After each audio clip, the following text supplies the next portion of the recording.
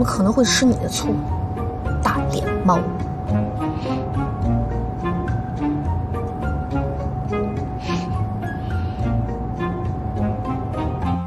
西城啊，我怎么看着锦溪这些天，好像有什么心事啊？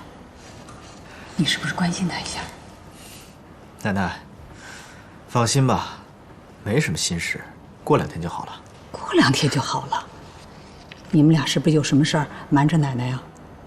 嗨，我们俩之间能有什么事儿？就算有什么事儿，也是我们夫妻之间的小情趣，您就别管了。小情趣，哼，你浪漫的很呢你。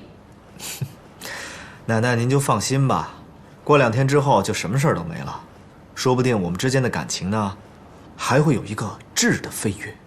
你们年轻人的事儿啊，奶奶就不管了。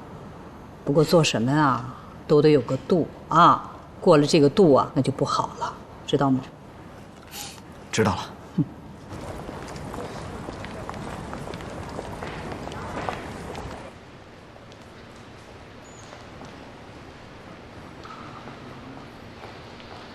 来，顾经理。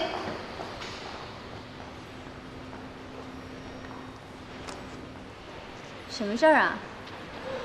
顾西城现在已经是有妇之夫了，你不要太过分。你这么做是在破坏別人的感情，有點道德好不好？破壞別人感情？破壞誰的感情啊？啊，你們倆呀？你們倆有感情嗎？賀錦熙，你心裡最明白你是怎麼得到今天的位置，還不就是因為你跟那條狗是一夥的呀？哎，你回家是不是天天把那條狗供起來呀？你說話注意點，你這麼做不會好結果的，你一定會後悔的。我會不會後悔？你說的可不算。只要顧西城願意，你賀錦熙又算什麼呀？